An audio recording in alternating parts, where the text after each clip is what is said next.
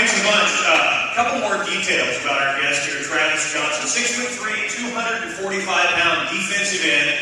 As we said, he's a local guy, a Bay Area guy.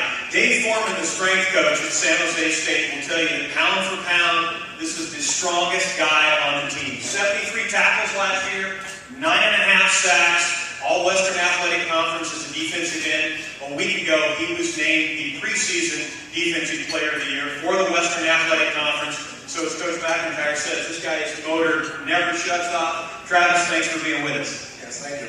Well, we heard from Coach. Coach has a saying, there's a lot of Mike McIntyreisms that I really enjoy.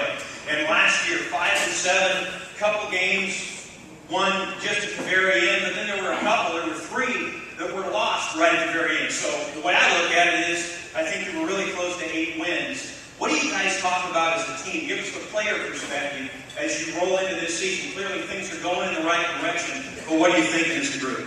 We're just thinking that where we started with Coach Mack with a rough year last year, we're doing a lot better. 5-7, finishing off the season strong. This year, we know we can do so much more. We've been preparing to do so much more through all the training, through all the workouts and everything that we do. And just the mindset on the team is that we can take it all this year. The big thing is winning the WAC, because we're finishing the WAC up, going to the Mountain West, so big things. Winning the WAC, moving in the Mountain West next year, and then continuing a winning season. And so this year is just going to be all about winning. That's what we do. Well, that takes me to my next subject. The one thing that jumps out at me as I roll in and watch spring ball and haven't seen you guys all winter, everybody looks better, right? There's muscles where they're supposed to be. There's less table muscle, more shoulder muscle, that kind of thing.